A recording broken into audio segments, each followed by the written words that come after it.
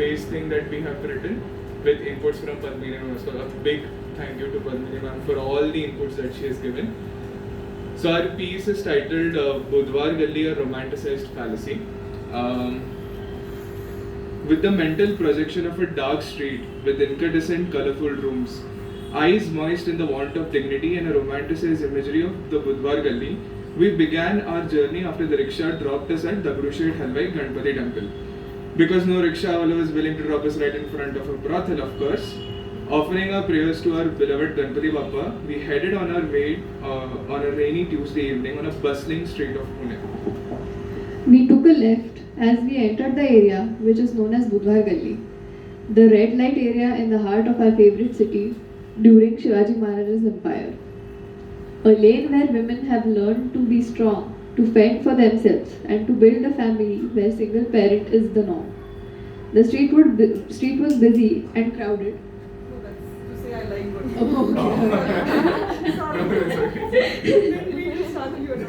Sorry. The street was busy and crowded with rickshaws, customers zipping up after they have done. Pimps and ladies with heavily worn makeups and vibrant clothes of all kinds and cultures showing off just a bit more of skin and curves in an attempt to be the flame for all the moths on the street. Surprisingly, all three of us went there with an expectation of being called out by one of the ladies or by the pimps, but to our astonishment, the street turned out to be as respectful as any other. There was some laughter and giggling chatter with raised eyebrows as we were strangers visiting the place for the first time. We turned towards one of the ladies who was in a flashy red sari, but our attempt to get an insight was futile. A bored-like pimp came there who was profane and abusive and shooed us away, the reason being, don't waste our time, evenings are the peak hours of our regular clients.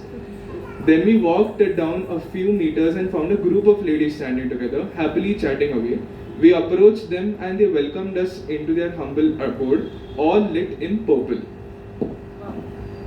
We came across few faces inside which had many questions, little hesitant and a little glint of anxiety staring at us. But obviously we were treated as outsiders who wanted to know about things that they preferred not to discuss. They might have thought for a moment, are we news reporters? It is often said that amidst the darkest of clouds, there is always a silver lining waiting for the perfect time and the worthy observer. We were fortunate enough that we could be that observer and navigate through these dark clouds. The front portion was like a normal hall with purple lights, a place for puja right above the main entrance with photos of Devis and Devtas. A small lamp was lit there. A string of lemons with green chilies was also hanging there to ward away the evil spirits. Two of them were getting ready for business hours. There were wooden benches running beside the light blue walls throughout the room. Maybe for those who had to wait specifically for someone who was already engaged in service. There was also a CCTV camera in the top left corner and a QR code stickered on the refrigerator, water filter, almari and that water jug for easy checkouts. In another corner, there was a makeshift cradle occupied by two chotu kiddos. They were less than a year old.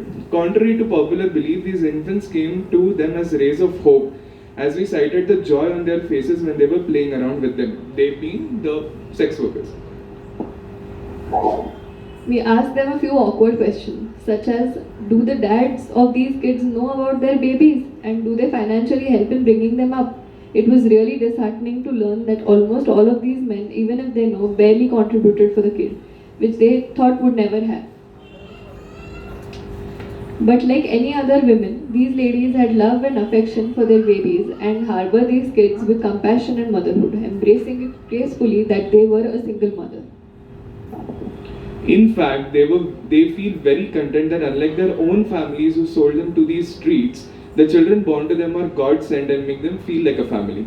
They grow old to see the bright future of these little ones and pray for these children to break the clutches that have chained them to these markets. We also asked them about the uncertainty in this flesh trade. Have they ever thought of quitting it? And to our present surprise, one of them answered, services provided here came with a condom clause, and anyone who misbehaved had to face a strong consequence their collective power standing tall then. According to them, their customers came to satisfy their hunger and were of no harm. The joy that any sex worker enthralls with when she gets chosen by her customer out of all the ladies standing there in a queue is immense. It boosts their confidence. For them, colorful moments which they share with their client, a different kind of relationship is forged.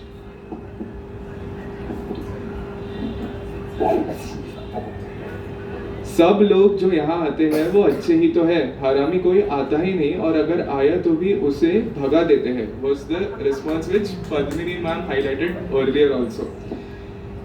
There are 3 types of classifications under which they are all categorized, headed by veteran sex workers. All these working ladies have their personal ID proofs such as Aadhaar and PAN card as well as a bank account. All these grave issues which have permeated into the very fabric of that area were explained to us with a broad smile, a sense of humor and a high level of acceptance. Talking to them, we literally were able to see the happiness they felt while sharing their everyday life with us. They were a perfect example of no matter how things are around you, you can always kindle and rekindle the spark of life within you and keep the fire burning. The bond which these ladies carried with each other was a lesson to be learned from. 101 Ways to Perfect Family. When asked them, what about switching over to another line of work? They replied in cohesion.